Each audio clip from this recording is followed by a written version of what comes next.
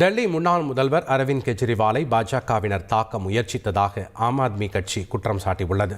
புதுடெல்லி தொகுதியில் போட்டியிடும் அரவிந்த் கெஜ்ரிவால் காரில் பிரச்சாரத்திற்கு சென்றபோது பாஜக வேட்பாளர் பர்வேஷ் வர்மாவின் ஆதரவாளர்கள் தடுத்து நிறுத்தியதாக கூறப்படுகிறது. மேலும் அரவிந்த் கெஜ்ரிவாலின் கார் மீது கற்களை வீசி தாக்கியதாகவும் அங்கிருந்த உள்ளூர் மக்களுடன் மோதலில் ஈடுபட்டதாகவும் ஆம் ஆத்மி குற்றம் சாட்டியுள்ளது. ஆனால் பாஜகவினரை மக்கள் விரட்டியடித்ததாக ஆம் ஆத்மி தெரிவித்துள்ளது.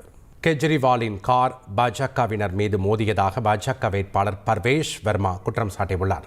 ஆம் ஆத்மி கட்சியினர் கூறுவது போல் பாஜகவினர் தாக்கவில்லை என்றும் மறுப்பு தெரிவித்துள்ளார். இதனிடையே காலில் அடிபட்டு மருத்துவமனையில் சிகிச்சை பெற்று வரும் பாஜகவினரை பாஜக வேட்பாளர் பர்வேஷ் வர்மா சந்தித்து நலம் விசாரித்து ஆறுதல் கூறினார். கடந்த 2020-21 ஆண்டில் டெல்லி முதலமைச்சராக இருந்த அரவிந்த் கெஜ்ரிவாலின் வருமானம் 40% உயர்ந்தது எப்படி என பாஜக கேள்வி எழுப்பியுள்ளது.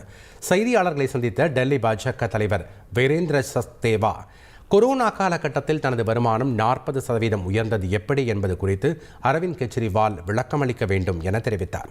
அதேபோல் தனிநபர்களிடமிருந்து 1.5 கோடி பெற்றது குறித்து மணிஷ் சிசோடியாவும் விளக்கமளிக்க வேண்டும் எனவும் அவர் தெரிவித்தார். மேலும் இந்த நிகழ்வுகளை தொடர்ந்தே மதுபான கொள்கை முறைகேடு நடைபெற்றதாகவும் சச்தேவா குற்றம் சாட்டினார்.